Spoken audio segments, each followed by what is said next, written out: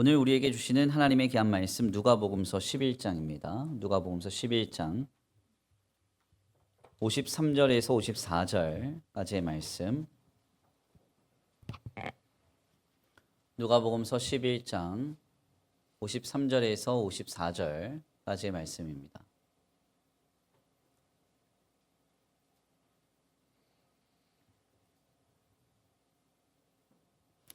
다 찾으신 줄 알고 다 같이 한 목소리로 함께 봉독합니다. 시작. 거기서 나오실 때에 서기관과 바리새인들이 거세게 달려들어 여러 가지 일을 따져 묻고 그 입에서 나오는 말을 책잡고자 하여 노리고 있더라. 아멘. 아멘. 오늘도 하나님의 예비하신 은혜가 있는 줄 믿습니다. 귀한 시간 하나님의 은혜로 새롭게 되시고 하나님의 귀한 말씀 가운데 힘을 얻고 변화받는 귀한 시간 되시길 간절히 축원합니다. 다 같이 믿음으로 선포하겠습니다. 다 잘 되고 있습니다. 하나님께서 하십니다. 시작. 다 잘 되고 있습니다. 하나님께서 하십니다. 아멘. 다시 한번 믿음으로 선포합니다. 하나님을 사랑한다면 영혼도 사랑합니다. 주님께 감격한다면 타자들에게도 감격합시다. 시작. 하나님을 사랑한다면 영혼도 사랑합니다. 주님께 감격한다면 타자들에게도 감격합시다. 아멘. 네, 길긴 되게 기네요. 오늘도 서로를 향한 기쁨과 감격이 넘치는 복된 주일 되기를 간절히 축원합니다.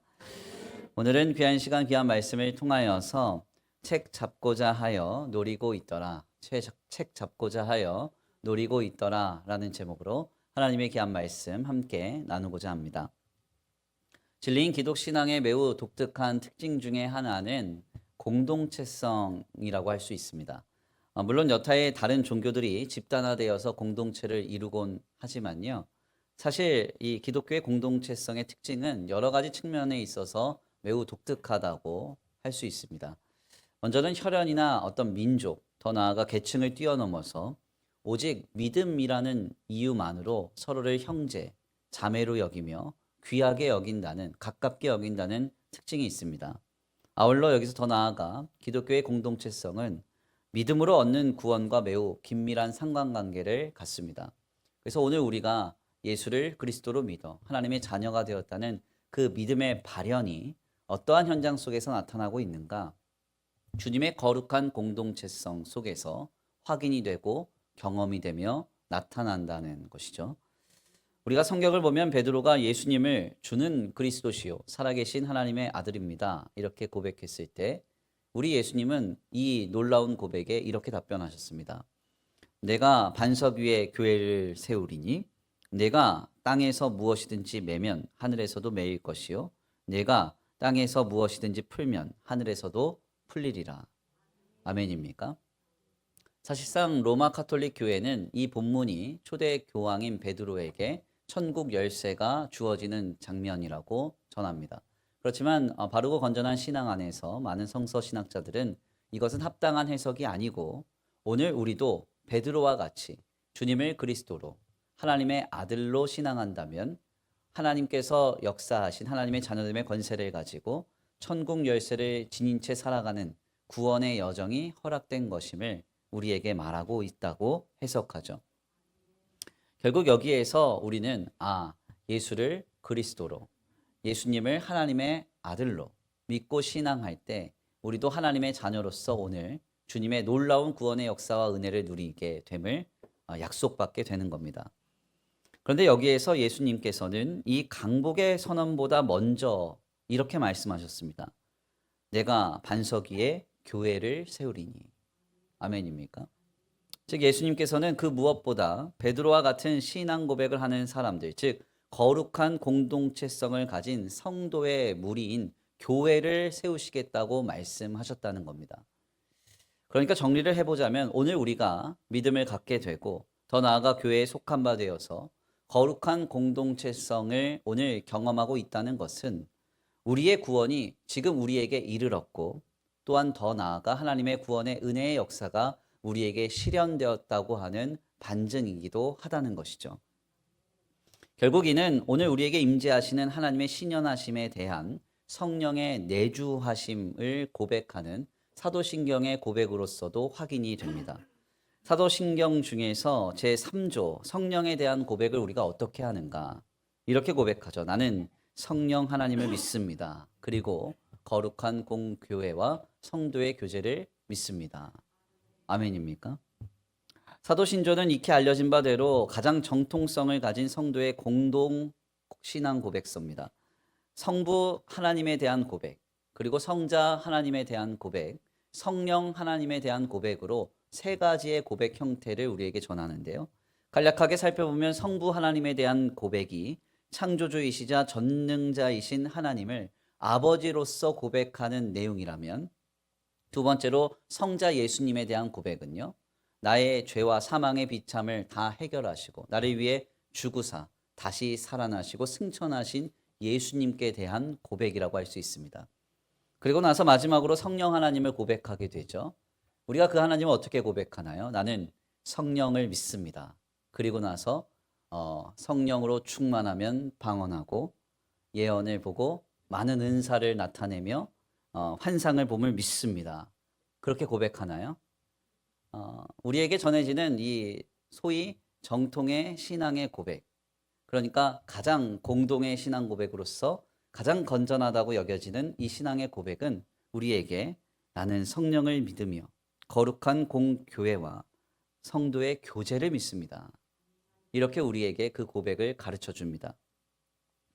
즉 하나님께서 오늘 우리에게 하나님의 구원의 역사를 이루시고 그 구원의 은혜를 실현시키셔서 하나님의 역사의 현장에 우리를 참여시키실 때 우리에게 경험되는 현재적인 성령 하나님의 역사는 거룩한 공교회 안에서 주님이 허락하신 수많은 사람들과의 관계와 만남 속에서 이뤄지고 나타나며 실현됨을 우리가 알아야 한다는 것이죠. 결국 우리는 인정하지 않을 수 없어요. 오늘 우리가 성령 안에서 현재 믿음을 영위하고 있다는 것은 거룩한 교회됨을 이루어감에 우리가 참여하고 있는 것.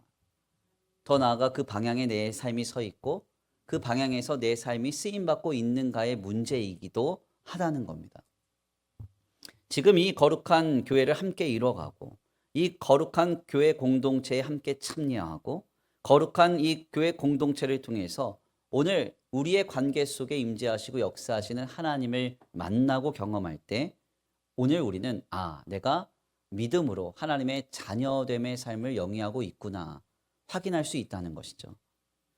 그래서 디트레이 보네퍼는 그의 책인 성도의 교제라는 책을 통해서 오늘 우리에게 이런 말을 전합니다. 제가 한번 읽어드릴게요. 오직 교회 안에서만 하나님과의 교제가 존재한다. 이러한 사실 때문에 개인주의적 교회 개념은 모두 무너진다.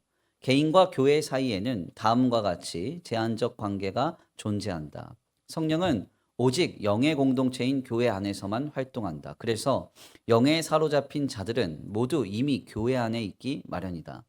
다른 한편으로 아직 성령에 사로잡히지 않은 자들은 결코 교회 안에 있을 수 없다. 따라서 영은 감동의 행위를 통해 그리스도가 설립한 공동체 안에서 선택된 자들을 활성화된 교회 안으로 인도한다. 아멘입니까? 놀라운 증언이에요. 오늘 우리가 주님을 향한 신앙을 갖게 될 때 우리 안에 역사하시는 하나님이 우리를 어떻게 인도해 가시는가? 거룩한 교회 공동체 안에 참여시킨다는 겁니다. 나 혼자 믿고 나 혼자 주님을 알고 나 혼자 기도하고 나 혼자 예배하는 게 아니라 하나님을 아는 수많은 사람들이 한데 모여서 예배하고 주님 앞에 나아가 헌신하고 하나님의 나라를 향해서 함께 동역하는 그 모임으로 오늘 우리의 삶과 삶의 자리를 이동시킨다는 거예요. 왜? 그곳에 하나님의 영이 일하시기 때문이라는 겁니다. 이런 관점에서 오늘 우리가 이 예배하는 이 현장을 보면 너무 감격스러운 현장이죠. 떠밀리듯이 오신 분 계실 겁니다. 예배 안 하면 찜찜하니까 잠깐 오신 분도 계실 겁니다. 그러나 그냥 오신 게 아니에요. 하나님이 우리 안에 역사하셔서 여기까지 인도하신 거죠. 그러니까 서로를 보면 얼마나 감격스러워요? 너도 인도받았니? 나도 인도받았어. 너도 여기까지 하나님이 함께하게 하셨니? 나도 여기까지 함께하게 하셨어. 그러니까 우리의 예배는 서로를 바라보며 너무 기쁨이 가득한 현장이 되어야 한다는 것이죠. 오늘 우리가 수원 천성교회라는 교회에 모여서 함께 예배함은 결코 우연이 아닙니다. 제가 지난 주간에 우리 청년부 설교를 하면서 한 달에 한 번 설교하니까 그런 얘기를 했어요. 수기총 활동을 하다 보니까 수원에 교회가 1250개가 있습니다. 네, 그중에 이단 사입이 확인이 안 되는 교회가 한 300여 개 있어요. 그러니까 한 980개에서 950개 되는 교회 중에서 왜 굳이 여기 와가지고 우리가 왜 여기서 함께 예배하냐는 거예요. 예, 우리 만남은 우연이 아니야. 네, 하나님의 섭리예요. 하나님의 섭리. 하나님이 여기까지 인도하셔서 우리를 구원하심을 보게 하시고 누리게 하시기 위해 함께 예배하게 하시는 겁니다. 그래서 성령 안에서 우리는 서로를 바라보면서 너무나 감격하지 않을 수 없어요. 기뻐하지 않을 수 없습니다. 우리가 지난 몇 주간에 걸쳐서 주일 강단 말씀을 통해 주님을 향한 경탄과 감격, 은혜를 사모함을 회복하자라는 도전을 받았어요. 예수를 그리스도로 믿어 하나님의 자녀가 되었다는 기쁨이 우리 안에 회복되어야 하고요. 연이어지는 잘못된 질문에도 늘 묵묵히 답을 해주시는 주님의 긍휼과 사랑을 늘 기억하고 우리의 마음이 뜨거워져야 하겠습니다. 느닷없이 찾아오셔서 말씀으로 구원의 은혜를 내려주시는 그 주님을 향한 마리아의 감격이 오늘 우리의 감격이 되어야 하죠. 이런 도전과 감격 속에서 그러나 우리는 여기서 멈춰서는 안 돼요. 한 걸음 더 나아가야 됩니다. 주님께서 나를 향하여 그토록 큰 은혜와 사랑을 베풀어 주셨다고 하면 우리가 그 은혜와 사랑에 크게 감사하고 기뻐하고 있다고 하면 그 경탄의 대상인 주님이 자신의 목숨을 다하여 사랑하셨던 영혼과 생명을 향해서 우리는 어떠한 마음을 가지고 있는가 가만 한번 생각해 보아야 한다는 겁니다. 과연 주님께서 자신을 내어주실 만큼 사랑하신 영혼과 생명을 향한 감격과 기쁨이 우리 안에 있나요? 우리가 이 사실은 너무 간과할 때가 많아요. 사실 우리가 신앙생활하면서 너무 많은 주제로 단골 주제로 하나님께 대한 기쁨을 회복합시다. 주님의 구원의 은혜에 대한 감격을 회복합시다. 이런 주제는 많이 논합니다. 그러나 우리가 그토록 주님께 대하여 경탄하고 있다면 그 경탄의 대상인 주님이 그토록 사랑하신 영혼에 대해서 우리는 마음이 뜨거운가에 대해서 무감각할 때가 많이 있다는 거죠. 우리가 가만 좀 생각을 해보면 이것은 상당히 좀 이상한 일입니다. 예, 우리가 누군가를 뜨겁게 사랑하거나 그를 기뻐하게 되면 그 사랑하고 기뻐하는 대상이 사랑하는 그것을 우리도 사랑하게 됩니다. 아멘입니까? 네. 이 형제와 자매가 연애를 하는데요. 형제가 뜨겁게 사랑하는 자매가 마라탕을 좋아해요. 마라탕 아세요? 마라탕? 먹으면 배 아픈 그거 아세요? 네. 근데 이 남자는 정통 한국인이야. 그래가지고 먹기만 하면 배가 아프니까 마라탕을 먹는 게 고역이에요. 그럼 데이트할 때마다 나는 마라탕 못 먹어. 나는 무조건 밥 먹어야 돼. 한정식으로만 가요? 그거는 그 형제가 자매를 사랑하는 게 아니에요. 집에 가서 장염에 걸리더라도 마라탕을 먹어주는 게 그게 사랑이에요. 그 사랑. 그렇지 않아요? 네, 제가 사실 결혼 전에요. 저는 밥이 없으면 안 되는 사람이에요. 아침에 밥 먹고 국이랑 밥을 먹어야 되는 사람이에요. 정통 한국인. 예, 다른 말로 하면 촌스럽다. 뭐 이런 거예요. 근데 저희 아내는요, 면을 엄청 좋아합니다. 면을 엄청 좋아해요. 그럼 제가 지금 라면을 잘 먹을까요? 안 먹을까요? 네, 그건 상상에 맡기도록. 저희 어머니가요, 저한테 늘 하는 말이 있어요. 김 목사 참 이상하다고. 결혼 전에는 라면 안 먹었는데. 그런 얘기예요. 그런 얘기. 네. 우리가 누군가를 뜨겁게 사랑하면, 그리고 그 누군가에 대해서 뜨겁게 경탄하면 그가 사랑하고 경탄하는 것을 우리도 마음에 품게 되어 있어요. 그리고 그가 싫어하는 행동은 하지 않게 되죠. 매우 자연스럽게 이건 나타나는 겁니다. 만약 누군가를 사랑한다고 하면서 그 대상이 사랑하는 그것을 전혀 마음에 담지 않고 그가 싫어하는 그것을 여전히 하고 있다면 그것은 사랑이 아니죠. 내가 사모하는 누군가가 강아지를 너무 좋아하는데 자신은 보신탕을 즐겨 먹어. 이상한 거 이상. 내가 너무 뜨겁게 사랑하는 그 사람이 술과 담배를 싫어하는데 주초를 너무 즐겨요. 이것도 뭔가 이상한 거. 이것은 지금 그가 사랑한다고는 하지만 그 사랑하는 대상보다 내가 더 소중하다는 그런 증거가 내 안에서 나타나고 있는 것입니다. 이런 관점에서 오늘 우리가 하나님을 사랑하고 경탄한다면 당연히 우리는 주님이 자신을 내어 주시기까지 사랑한 우리의 이웃과 타자들을 마땅히 사랑해야 합니다. 오늘 우리의 마음은 어떤가? 주님을 사랑하는 마음으로만 그치고 있는가? 거기에만 머물고 있는가? 다시 한번 돌아보는 복된 주일 되길 간절히 축원합니다. 오늘 본문의 말씀은 바로 이런 관점에서 우리에게 큰 깨달음을 주는데요. 본문은 상당히 인상적인 사건의 장면으로부터 내용이 시작이 됩니다. 37절 말씀인데요. 우리 함께 다 같이 봉독합니다. 37절 시작. 예수께서 말씀하실 때에 한 바리새인이 자기와 함께 점심 잡수시기를 청함으로 들어가 앉으셨더니. 아멘.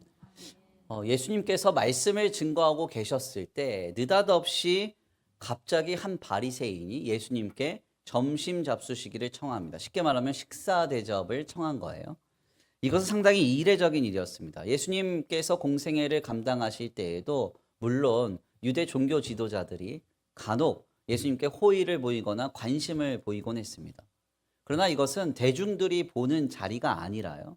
그리고 사람들의 눈이 있는 자리가 아니라 사람들의 시선을 피해서 늘 예수님께 대한 자신들의 관심이나 어떤 호감을 표현하곤 했죠. 대표적으로 그래서 요한복음서 말씀을 보면 니고데모가 예수님께 찾아와서 질문합니다. 그 시각이 언제였다 그래요? 성경이 밤에 찾아왔다 그래요. 더 나아가 이 아리마대 요셉과 같은 사람은 예수님이 죽고 나서야 예수님의 시신을 수습하는데 자신의 존재를 피력합니다. 그는 아리마대 요셉 같은 경우는 이 유대의 사내들인 공의회의 회원이었기 때문에 자신의 존재를 드러내지 않은 채 예수님을 묵묵히 뒤따르고 있었던 거예요. 그러니까 일반적으로는 유대 종교 지도자들이 예수님께 대한 호감이나 호의를 전혀 표현하지 않는 것이 일반적이었는데 갑자기 본문 말씀을 보니까 많은 무리들이 말씀을 듣고 있었던 현장에서 갑자기 바리새인이 예수님께 식사를 청하고 있는 겁니다. 원문상 내용을 들여다보면 공개적인 장소에서 바리새인이 예수님께 점심을 대접하려고 했다는 것인데요. 우리는 여기까지의 말씀을 읽어가면서 기대하게 되죠. 그럼 이제 이 바리새인이 놀라운 회심을 예수님과 식사를 하면서 놀라운 회심을 하는 역사가 나타나겠구나. 마치 삭개오처럼 토색한 것을 4배나 갚고 그동안의 잘못된 길에서 돌아서면서 놀랍도록 회심하겠구나라는 기대를 하게 되는데 본문 말씀을 보니까 이 바리새인의 행보가 영 이상한 대로 튑니다. 38절이에요. 우리 함께 다 같이 봉독합니다. 38절 시작. 잡수시기 전에 손 씻지 아니하심을 그 바리새인이 보고 이상히 여기는지라. 아멘. 실상 본문에 나타난 이 바리새인은 너무나 황당한 모습을 보이죠. 순전한 마음으로 예수님께 나가가 식사를 대접했다라고 한다면 그 예수님이 자신의 집에 와서 함께 밥을 먹고 마시는 그 일에 대해서 마냥 기뻐하고 감사했을 거 아니에요. 그런데 이 바리새인은 어떻게 하냐면 예수님이 오셔서 식사를 하시는데 손을 안 씻었다고 마음의 불편함을 갖기 시작한 겁니다. 사실 이것은 너무나 이상한 일이죠. 우리 성도님들이 좋아하는 그 사람이 누군지 모르겠습니다. 동경하는 뭐 연예인이 있나요? 네, 뭐 우리 여성 성도님들 뭐 임영웅 이런 사람이 지나가고 있었는데 갑자기 가서 얘기한 거예요. 점심때 됐으니까 우리 집에 가서 밥 한번 먹고 가라고. 진짜로 근데 자기 집에 들어온 거예요. 그러면 어떤 마음으로 식사를 하겠어요? 이게 밥이 입으로 들어가나 코로 들어가나 그냥 마냥 기뻐가지고 그쵸? 그러면서 밥을 먹지. 얘가 오른손으로 안 먹고 왼손으로 밥을 먹네. 밥을 먹는데 젓가락질이 이상하네. 그런 마음을 가지는 사람이 없을 거란 말이에요. 근데 본문 말씀의 바리새인은 예수님과 함께 식사를 청해서 함께하는 그 자리에서 느닷없이 정죄하는 마음으로 마음이 튀기 시작하는 겁니다. 바로 여기에서 그 유명한 예수님의 말씀, 화 있을진저의 말씀이 선포됩니다. 화 있을진저의 이 말씀은 다른 복음서의 말씀까지 덧붙이면 7가지의 화가 선포되는 선언인데요. 이는 성경의 상징적인 의미로서 완전한 수인 7, 그러니까 주님의 완벽한 저주 선포를 증거하고 있다고 할 수도 있습니다. 우리가 본문 말씀을 잘 들여다보면 실상 화 있을진저의 이 핵심이 뭐냐? 그 내용은요, 바로 자기 사랑에 대한 경고고 자기 강화에 대한 경고고 여기에서 더 나아가 자기 중심에 빠져서 타자들을 돌보지 않음에 대한 저주의 선포임을 우리가 확인할 수 있습니다. 사실 이 저주의 선언이라는 것은 굉장히 엄혹한 것이죠. 예수님이 화 있을진저 화를 내리겠다 그러시잖아요. 사실 어린아이가요 몽둥이를 들고 때리겠다 하는 건 하나도 안 무서워요. 그런데 헬스 트레이너가 몽둥이를 들고 때리겠다 하는 건 어때요? 이건 좀 뭔가 공포감이 오죠. 그죠? 왜 그래요? 이 때리는 힘이 다르니까. 그런데 예수님이 하나님의 아들이 화를 선포하시잖아요. 그러면 이 말씀을 듣고 마음이 크게 깨닫고 돌이켜서 회개했어야 합니다. 그런데 이 선언을 듣고 나서 바리새인들이 보인 반응은 너무나 황당한 반응을 보여요. 오늘 우리가 읽은 본문 53절에서 54절입니다. 우리 함께 다 같이 봉독합니다. 53절에서 54절 시작. 거기서 나오실 때에 서기관과 바리새인들이 거세게 달려들어 여러 가지 일을 따져 묻고 그 입에서 나오는 말을 책잡고자 하여 노리고 있더라. 아멘. 주님이 깨달으라고 바리새인과 서기관들에게 아주 강력한 선포를 하셨는데 이것을 듣고도 깨닫지 못하고 오히려 예수님을 책잡으려고 노리고 있고 더 공격하려고 하는 모습으로 악화됐다는 겁니다. 우리가 본문 말씀에 이 누가복음서의 내러티브를 깊이 숙고해 보면 누가복음서를 통해서 우리 주님은 매우 분명하게 상황을 대조하고 계세요. 37절 말씀에 이 예수님의 식사를 대접하려는 바리새인의 호의가 54절 말씀에 이르러서 예수님께 대하여 책을 잡으려고 노리고 있는 모습으로 변질되고 악화되었음을 말합니다. 우리는 여기에서 매우 분명한 깨달음을 얻게 되죠. 그것이 무엇입니까? 하나님을 향한 신앙의 감격과 경탄은 반드시 하나님의 사람들을 향한 감격과 경탄으로 흘러가야 한다는 거예요. 만약 그렇지 않으면 눈앞에 계신 그리스도를 보고도 정죄하고 판단했던 바리새인 서기관들처럼 잘못된 믿음으로 왜곡되고 변질될 수밖에 없음을 주님이 경고하고 계시는 겁니다. 예수님 당시에 바리새인들처럼 하나님 앞에 잘한 사람이 있을까요? 율법적으로요? 그렇지 않죠. 최선을 다했을 겁니다. 그들은 아침부터 저녁까지 쉴 새 없이 율법을 지키며 하루하루를 지냈어요. 그들의 마음은 어땠을까요? 그들의 마음은 대단했을 겁니다. 우리랑 비교가 안 됐을 거예요. 오죽하면 성경을 달달달달 외우다가 여호와라는 이름이 나오면 두려워가지고 그 단어를 읽지도 않고 머리부터 발끝까지 다 정결케 한 뒤에 그 단어를 주님이라고 읽고 넘어가고 했다 그러잖아요. 이러한 어떤 하나님을 향한 순전한 마음이 있었던 그들은 정작 주님이 허락하신 삶의 자리에서의 주변에 있는 이웃과 영혼과 생명을 전혀 보지 않았다는 거예요. 결국 이것이 바리새인 서기관들은 하나님께 대하여서는 뜨거운 감격과 믿음이 있는 듯 했지만 주변에 있는 타자들에게 있어서는 정죄와 판단 그리고 눈앞에 계신 그리스도까지도 책잡으려고 노리는 잘못된 믿음으로 변질되고 말았다는 사실을 경고하고 있는 겁니다. 그래서 실상 우리가 예수님께서 바리새인들에게 화 있을진저라고 선포하신 경고의 말씀의 면면을 보면 놀랍게도 모두 타자들을 향한 바리새인의 마음과 태도에 문제가 있었음을 알게 됩니다. 42절 말씀을 보니까 바리새인들이 공의와 하나님의 사랑을 떠났다라고 선포되면서 화가 선언되며 이 말씀이 시작이 돼요. 그리고 나서 43절 말씀 보니 높은 자리와 시장에서 사람들에게 문안받기를 기뻐한다고 주님이 또다시 화를 선포하십니다. 44절에 너희는 사람들이 밟고 다니는 무덤과 같다고 말씀하시고 46절에 너희는 어려운 짐을 남에게 지우고 한 손가락도 함께 짐을 지지 않는다고 주님이 화를 또 선포하세요. 47절 말씀에 너희는 너희 조상들이 죽인 예언자들의 무덤을 세우고 있다고 말씀하셨고 52절 말씀에 너희는 지식의 열쇠를 가르쳐서 너희 자신도 들어가지 않고 들어가는 자들도 막고 있다고 선포하셨습니다. 지금 주님이 무엇을 지적하고 계셔요? 놀랍게도 자신들이 하나님께 대한 그 굳건한 믿음이 있다는 데에만 함몰돼서 전혀 주변에 있는 자들을 돌보지 않고 자신들의 신앙과 믿음이 주변 사람들에게 어떤 영향을 주고 그들의 삶이 어떤 삶으로 주변 사람들에게 경험되는가 하는 것을 분명하게 인지하지 못한 채 살아가는 이들의 삶을 지적하고 계신다는 거예요. 아멘입니까? 이 내용은 오늘 우리를 향한 주님의 도전이기도 해요. 하나님을 향하여 신앙이 있다고 하면서도 타자들을 향하여서는 신앙의 눈으로 그들을 바라보지 않음을 오늘 본문 말씀을 통해서 우리로 깨닫게 하시는 것이죠. 나는 하나님을 믿습니다. 예수 그리스도께서 내게 베풀어 주신 사랑과 은혜를 내가 기억합니다. 내 마음이 그래서 뜨겁습니다. 그런데 그분의 주변에 그 사랑이 전혀 흘러가지 않아요. 전혀 느껴지지 않아요. 그들 주변에 많은 사람들이 예수님을 믿는 줄도 몰라요. 이건 너무 이상한 거잖아요.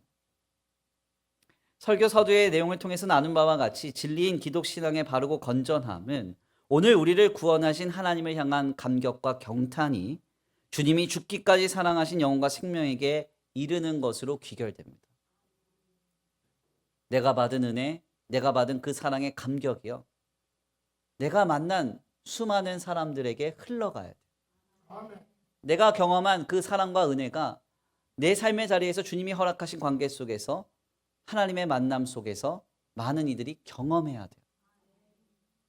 그래서 우리 예수님이 뭐라고 말씀하세요? 가장 크고 첫째 되는 계명이 하나님을 내 마음과 뜻과 정성을 다하여 사랑하는 것이요. 둘째는 내 이웃을 내 몸과 같이 사랑하는 것이라. 여기서 첫째와 둘째는 상하의 개념이 아닙니다.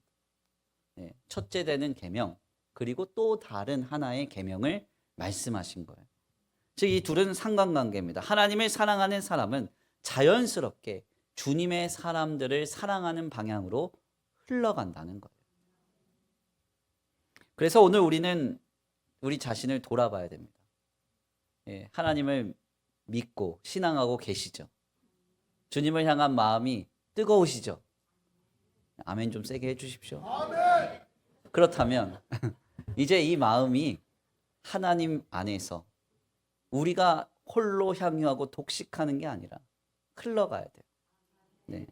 가까이에는 내 가족에게, 가까이에는 내 형제와 자매에게, 주님이 만나게 하신 친구들에게, 멀게는 성도들, 직장과 생업에 만나는 많은 사람들에게 이것이 흘러갈 때 하나님 나라의 확장의 역사가 오늘 우리에게 나타나는 것이죠. 주님이 이 일하라고 우리에게 은혜 주신 거예요. 내가 널 사랑한다. 그 사랑을 홀로 향유해라. 홀로 즐겨라. 그 안에서 편안하게 안위해라. 그 의미가 아니라는 거예요.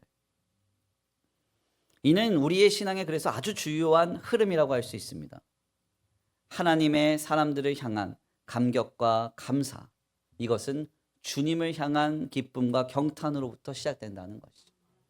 거꾸로 말하자면 누군가를 향한 감사와 감격 없이 늘 그를 부정하거나 정죄하는 사람들은 그 흐름 속에서 주님을 목전에 두고도 부정하고 또한 책잡으려고 노리는 잘못된 믿음으로 설 수밖에 없음을 경고하고 계시는 거예요. 참 희한한 한 가지 사실이 있습니다. 제가 이제 목회를 하고 신앙생활을 하다 보니까 목사님 얼마나 신앙생활 했다고 저러세요. 그래도 이제 40년 됐습니다. 신앙생활 하다 보니까 또 목회도 이제 담임 목회 이제 15년, 16년 차 됐잖아요. 그러니까 이제 이렇게 오다 보니까 깨닫는 게 있어요. 그게 뭐냐면 하나님의 은혜와 사랑이 나를 충만케 하잖아요. 그러면 다 예뻐 보여요. 다 예뻐 보여요. 남편도 예뻐 보이고 아내도 예뻐 보이고 자녀들도 예뻐 보여요. 하여간 다 만족스러워요. 아니에요? 어떤 분 일부 예배 때요. 남편도 예뻐 보여 그랬더니 막 크게 웃으시더라고요. 혼자. 목사도 그렇습니다. 목회자도 하나님의 은혜와 사랑이 막 흘러 넘치면요. 다 예뻐 보여요. 다 만족스러워요. 와 어떻게 저런 분이 우리 교회에 왔지 그래요. 속으로. 그런데 내 안에 하나님의 은혜와 사랑이 메말라서 마음이 강팍해지면요. 어떠냐면 그렇게 다 미워 보여요. 다 미워. 그리고 다 문제가 많아. 문제가. 그래서 어떻게 저분이 왔지가 아니라 왜 왔지 이렇게 돼요. 뭐가 문제냐? 하나님의 은혜와 사랑이 어디로 흘러가느냐의 문제입니다. 흔히 그런 말 있잖아요. 고이면 썩는다. 머무르면 썩는다고. 그래서 우리가 사도행전 9장 말씀을 보면은 하나님께서 일부러 교회들을 흩으시잖아요. 예루살렘 교회를 왜 흩으세요? 머무르려고 하니까. 그 은혜를 홀로 독식하려고 하니까 주님은 말씀하시기를 사마리아와 유대와 땅끝까지 이르러 내 증인이 되라 했는데 그 마가의 다락방에서 임한 성령의 역사가 그들 가운데 임했을 때 놀라운 일들이 벌어지니까 예루살렘 교회에만 머물고 흩어지려고 하지 않는 것. 주님이 어떻게 하세요? 의도적으로 흐트러 버리신다. 오늘 우리의 믿음은 머물러서는 안 됩니다. 흘러가야 돼요. 내 사랑하는 사람들에게 내 삶에 허락된 수많은 만남 속에 우리의 믿음의 지경이 넓어져야 한다는 것이죠. 저는 지난 화요 집회 때 정말 큰 은혜를 받았어요. 그래서 화요 찬양 집회가 우리 교회의 큰 복이다 이렇게 생각합니다. 우리 성도님들도 그래서 3월에는 다 오셔야 돼요. 그 주간은 고난 주간이니까 새벽 기도회까지 제가 뺐습니다. 빼서 다 와가지고 은혜 받고 정말 뜨겁게 하나님을 경배하는 주간이 됐으면 좋겠어요. 근데 아무튼 이날도 제가 이제 집회를 앞두고 선교사님을 만나서 이제 집회를 좀 준비하는데 제가 이날 정말 바빴습니다. 왜냐하면 제가 이날 이사를 했거든요. 네, 이사를 했습니다. 그래서 아침에 조금 이삿짐 뭐 돕고 여기저기 좀 왔다 갔다 하다가 또 그날 하필이면 또 교정선교회가 있었습니다. 그래서 수원구치소 여자 사동 집회가 있었기 때문에 사실은 이제 그 가보면 이제 이렇게 구치소에 잡혀온 분들이라면 좀 그런데 하여튼 구속된 분들이 이렇게 앉아 있어요. 다 앉아 있는데 이 반장이 좀 은혜로우면 가면 이제 막 찬양하고 있어요. 그럼 분위기가 너무 이제 하나님의 은혜가 충만하거든요. 또 어떤 때 가보면 반장을 잘못 만나서 반장이 물도 안 떠놓을 때가 있어요. 그럴 때는 또 냉랭한데 그날따라는 또 이제 은혜가 넘쳤습니다. 그래가지고 정말 모두가 다 은혜 받고 우리 여자 이제 수영동에 있는 분들도 다 막 울면서 함께 예배하고 막 이랬어요. 그리고 나서 이제 돌아왔거든요. 돌아오니까 또 이사를 해야 되잖아요. 그래서 이삿짐 또 센터에 또 가보니까 지금 이제 우리 교회 이제 교육관 한 층에 제가 이제 사택에 다시 들어오게 됐는데 교육관 그 앞에 도로가 이제 일반 통행입니다. 일반 통행이다 보니까 어쩔 수 없이 이삿짐이 그걸 막아놓고 이삿짐을 날라야 돼요. 근데 그걸 또 누가 신고를 했네요. 네, 그래서 신고해가지고 불법 점유로 해가지고 뭐 화물차 기사 이름이랑 뭐 그 차량 번호랑 다 가져간 거예요. 근데 이게 또 이제 과태료가 나오면 과태료가 굉장히 셉니다. 그리고 뭐 영업 정지가 나올 수도 있고 굉장히 좀 어렵죠. 그래서 제가 또 갔다 오자마자 또 이제 교통과에 경목 활동을 또 하고 있으니까 다 얘기를 해가지고 자 현장 계도로 끝날 수 있게 부탁도 드리고 설명도 드리고 제가 또 이제 그 다 했죠. 그러고 나서 정신없어서 또 여기저기 왔다 갔다 하고 있는데 선교사님이 오신 거예요. 그래서 이제 선교사님도 마주보고 잠깐 또 차를 마시는데 선교사님이 저한테 그러시더라고요. 아 목사님 고생이 많으시죠? 저한테 그래요. 이때다 싶어서 술술술 터져나오기 시작했어요. 제가 이 고생을 누구한테 말하겠어요. 예, 주일까지 참을 수도 없어. 그래서 이제 막 고생한 거 얘기를 하기 시작했습니다. 사실 뭐 공사하면서 별의별 소리를 다 들었거든요, 제가. 예, 그래서 너무 뭐 한편으로는 신선했습니다. 목회 10여 년 동안 듣지 못했던 이야기를 다 듣고 욕이란 욕은 다 듣고 뭐 망치로 대가리를 깨겠다, 칼로 쑤시겠다, 별얘기 다 들었어요. 예, 그러면서 제가 이제 막 또 고생한 얘기를 막 하지 않았겠어요? 신나서 이때가 기회다 싶어가지고 그러다가 이제 한 이야기를 하게 됐는데 이제 저희가 공사를 할 때 그 지속적으로 민원을 넣고 이렇게 많이 다퉜던 한 집이 있습니다. 이분이 이제 영통구청에 민원을 넣고 그래도 안 되니까 이제 시청에 민원을 넣고 시청에서도 안 되니까 도청에 민원을 넣고 그래도 안 되니까 이제 청와대에 민원을 넣고 해가지고 이제 계속 그렇게 한 거예요. 그러니까 많이 고생했죠. 공사하시는 많은 분들이 다 고생을 했습니다. 저뿐만 아니라. 제가 이제 그분에 대해서 이제 한탄을 하기 시작했어요. 제가 누구 붙잡고 한탄하겠어요. 뭐 계속 한탄을 했죠. 근데 그때 이제 진호박 선교사님이 저한테 막 웃으시면서 그러시더라고요. 와, 이제 그분이 주님께로 돌아오면 너무 멋지겠네요. 이제 그 큰 목소리로 주님 증거하실 거 아니에요. 그러시는 거예요. 제가 이 이야기를 듣고 충격받았습니다. 충격. 지금 저는 신나서 지금 험담하고 있는데 저렇게 받으신 거예요. 저렇게. 제가 이 이야기를 듣고 어떻게 했을까요? 저는 감동을 받으면 행동해야 되는 사람입니다. 무조건 행동해요. 그래서 이야기를 하고 나서 잠깐 멈추고 나갔습니다. 그리고 그 길가에서 그분을 만났어요. 절 보자마자 째려보시더라고요. 탁. 제가 그래서 가서 정중하게 사과드렸습니다. 그동안 너무 고생이 많으셨다고. 정말 죄송하다고. 제가 앞으로 더 잘하겠다. 사과했어요. 제가 까먹고 있었던 게 있었습니다. 그게 뭐냐면 하나님이 저한테 많은 은혜를 주셨거든요. 많은 공급을 주셨어요. 근데 그것을 홀로 독식하라고 주신 건 아니잖아요. 흘려보내라고 주신 거잖아요.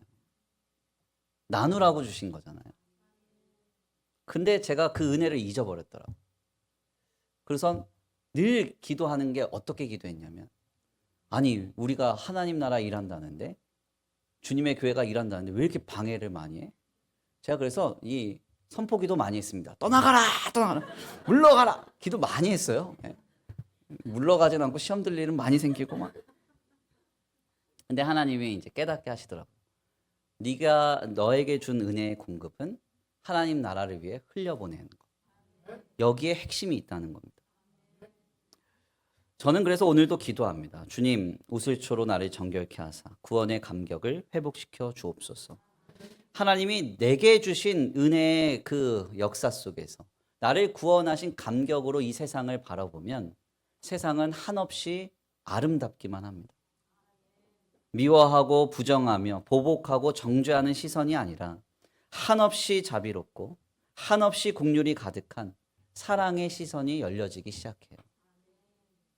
오늘 우리는 귀한 말씀을 통해 도전을 받아야 합니다. 주님 우리에게 말씀하세요. 하나님을 신앙하고 주님을 사랑한다고 하면서도 너는 내가 죽기까지 사랑한 다른 이들을 어떠한 시선으로 바라보고 있는가? 우리를 도전하고 계십니다. 우리는 오늘 본문 말씀에 바리새인의 모습이 아니라 나를 구원하신 주님을 향한 감사와 감격을 가지고 영혼과 생명을 향해서 뜨겁게 나아가는 그 길에 서야 할 줄 믿습니다. 귀한 말씀의 결론을 맺겠습니다. 오늘 본문 말씀은 예수님을 식사의 자리로 초대했던 바리새인의 호의로부터 시작해서 화 있을 진저의 저주의 선포를 지나 예수님께 대하여 책을 잡고자 노리고 있는 바리새인, 서기관들의 모습으로 맞춰집니다.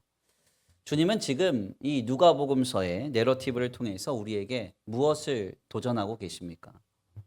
하나님을 가장 뜨겁게 사랑한다고 자부했던 율법 교사들, 바리새인과 서기관들이 다른 이들, 그들을 어떻게 대하고 있었는가? 더 나아가 눈앞에 계신 하나님의 아들 예수님을 어떻게 바라보고 있었는가를 통해서 오늘 우리에게 말씀하고 계세요.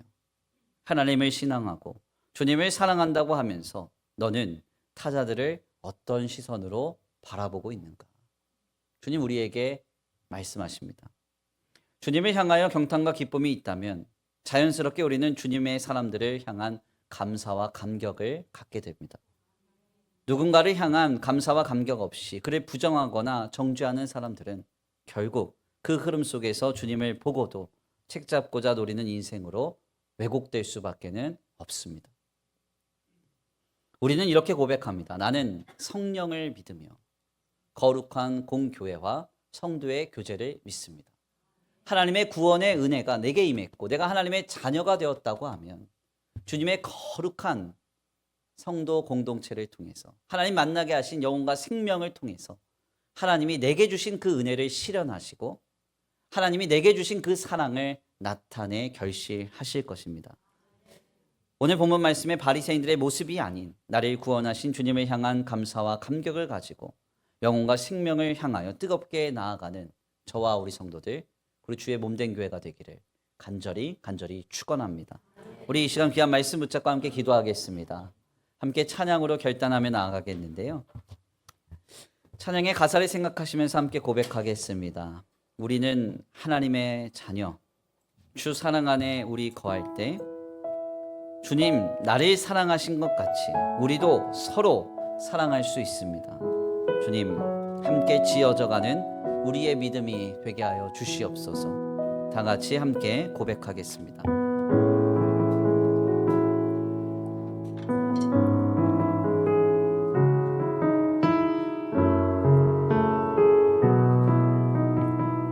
우리는 하나님의 자녀, 우리는 하나님의 자녀,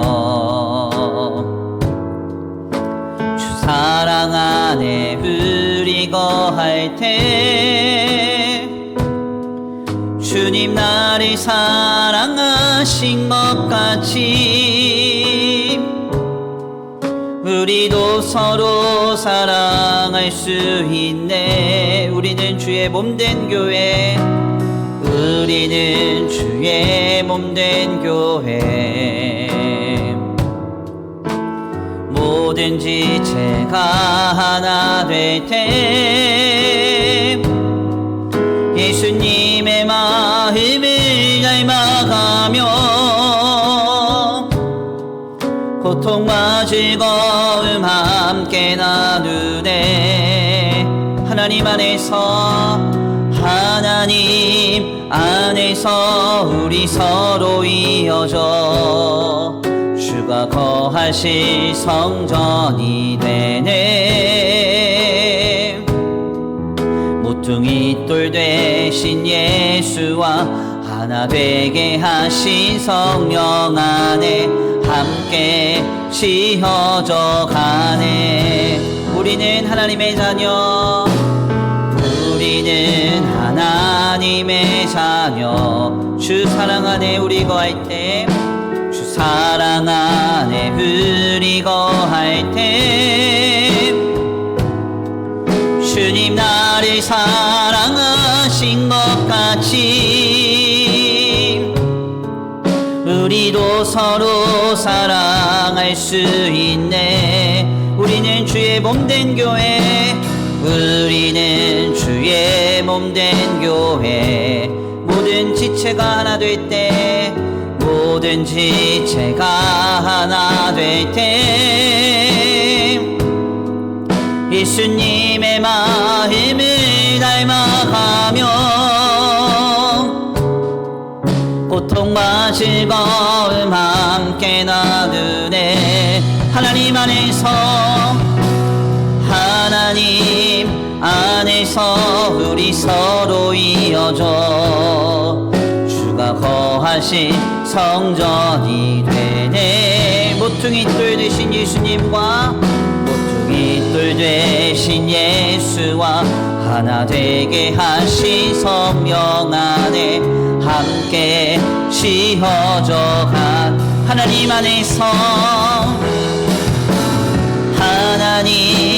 안에서 우리 서로 이어져 주가 거하신 성전이 되네. 모퉁이 돌 되신 예수와 하나 되게 하신 성령 안에 함께 지어져 간 하나님 안에서 우리 서로 이어져 하나님 안에서 우리 서로 이어져 주가 거하신 성전이 되네. 아멘 아멘.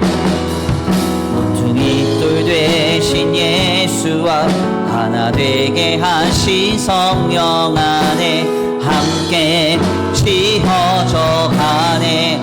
우리 이 시간 함께 기도하기 원합니다. 하나님, 주님 내게 한량없는 은혜와 사랑을 베풀어 주셨는데 우리가 그 주님 앞에 기뻐하고 감사하여 하나님을 신앙한다고 하면서 주님께 공급받은 은혜와 사랑을 홀로 향유하는 데만 그치고 있지 않았는지, 홀로 하나님을 잘 믿고 신앙한다고 하면서 안위하고 자부하고만 있는 그런 인생은 아니었는지를 말씀을 통하여 돌아보게 하시니 감사합니다.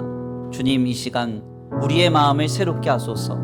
주님께서 주신 그 사랑의 공급이, 은혜의 공급이 주님 만나게 하신 많은 사람들에게 향하여질 수 있도록 주님, 이 시간 우리 가운데 새 힘을 주시고 새 방향을 허락하여 주시옵소서. 다 같이 믿음으로 함께 결단하며 기도하겠습니다. 함께 기도합니다. 사랑과 은혜가 많으신 하나님 감사합니다. 오늘 귀한 자리로 주님 앞에 나왔습니다.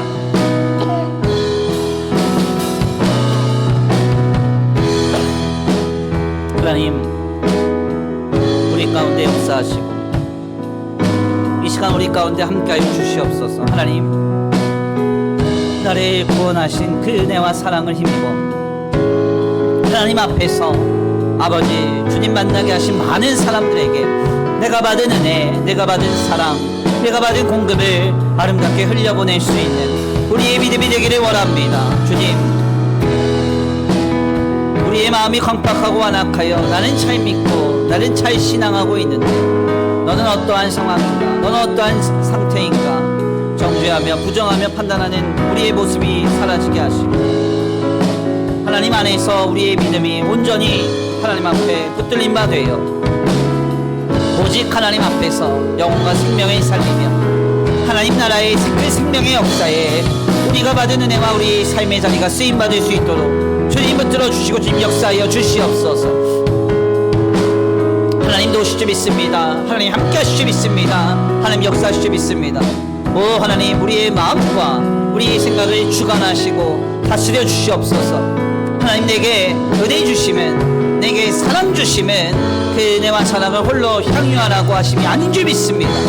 하나님 아버지, 우리가 만나는 많은 사람들에게 내가 받은 은혜, 내가 받은 사랑, 내가 받은 공급을 함께 나누며 흘려보낼 수 있는 우리의 믿음이 될 수 있도록 주여 차고 들어 넘치도록 주님을 향한 은혜와 사랑의 감격으로 나를 채우시고 나를 새롭게 하여 주시옵소서. 주님 도우실 줄 믿습니다. 역사하실 줄 믿습니다. 함께 하실 줄 믿습니다. 우리의 마음과 우리의 생각을 주관하시며 다스려 주시옵소서.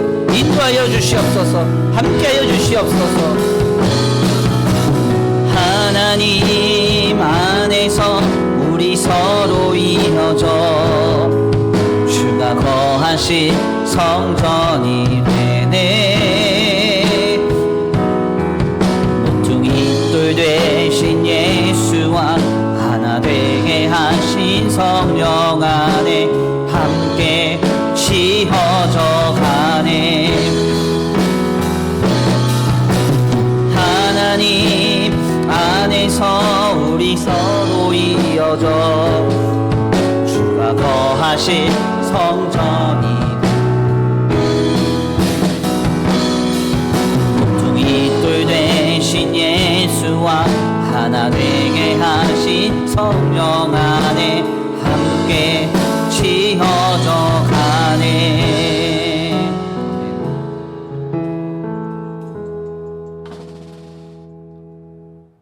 하나님 감사합니다. 귀한 시간 귀한 자리로 주님 인도해 주시니 감사합니다. 예수님께 대하여 식사를 청했던 바리새인의 호의가 점차 돌변하여 주님을 정죄하고 주님께 대하여 책을 잡고 주님을 넘어뜨리려 하는데 이르게 되었음을 말씀을 통하여 확인하게 하시니 감사합니다. 내가 하나님을 잘 신앙하고 있다고 하면서도 그렇게 받은 은혜와 사랑을 우리 안에만 향유하고 우리 안에만 머물러 있다고 한다면 그것은 왜곡되고 변질될 수밖에 없음을 말씀을 통하여 다시금 깨닫습니다. 주여, 죽을 수밖에 없는 죄인을 구원하셔서 아직 죄인이었던 우리를 하나님의 자녀 삼으시고 하나님 나라의 거룩한 일꾼들로 세우셨으니 주여, 내가 받은 은혜 그 사랑을 우리가 허락된 수많은 삶의 자리의 만남과 관계 속에서 그것을 흘려보낼 수 있는 우리의 믿음이 되게 하여 주시옵소서. 그래서 주님 만나게 하신 성도의 교제 속에 한 영혼 한 생명이 예수님을 그리스도로 알고 하나님의 아들로 영접하는 일이 나타나게 하시고 우리의 삶의 발걸음을 통해서 영혼과 생명이 살아남으로 하나님 나라가 확장되는데 우리의 인생이 들어 쓰임받게 하여 주시옵소서. 오늘 귀한 주일 주님 앞에 예배하고 돌아갑니다. 주님, 돌아가는 발걸음마다 복 내려 주시고 하나님께서 지켜주시고 인도하시며 함께하여 주시옵시되 주여, 간절히 기도합니다. 우리가 살아가는 한 주간의 삶의 여정 속에 우리가 받은 은혜가 곳곳에 전해져서 30배, 60배, 100배로 결실하게 되게 하시고 죽어가던 많은 영혼들이 살아나는 생명의 역사가 가득한 복된 한 주간 되게 하여 주시옵소서. 이 시간 주님 앞에 귀한 예물 올려드립니다. 이 예물이 쓰여지는 곳곳마다 영혼과 생명이 살아나게 하시고 하나님의 나라와 주님의 복음을 위하여 쓰임받는 거룩한 예물 되게 하여 주시옵시되 주님, 드려진 손길 위에 복의 복을 더하여 주셔서 하늘의 신령한 복과 땅의 기름진 복으로 차고 흔들어 넘치도록 채워주시며 공급하시고 돌보아 주시옵소서. 도우실 줄 믿고 감사함 올려드리오며 사랑과 은혜가 많으신 우리 구주 예수 그리스도의 이름으로 감사하며 기도 올려드립니다. 이제는 우리 주 예수 그리스도의 은혜와 성부 하나님의 극진하신 사랑하심과 성령 하나님의 내주 교통하심이 오늘 귀한 말씀 가운데 깨닫고 우리에게 허락된 구원의 은혜와 사랑을 기억하며 그 은혜와 사랑으로 충만하여져서 많은 영혼과 생명들에게 그것을 흘려보내기로 결단하는 모든 성도들 머리머리 위에 이제로부터 영원토록 함께 있을지어다.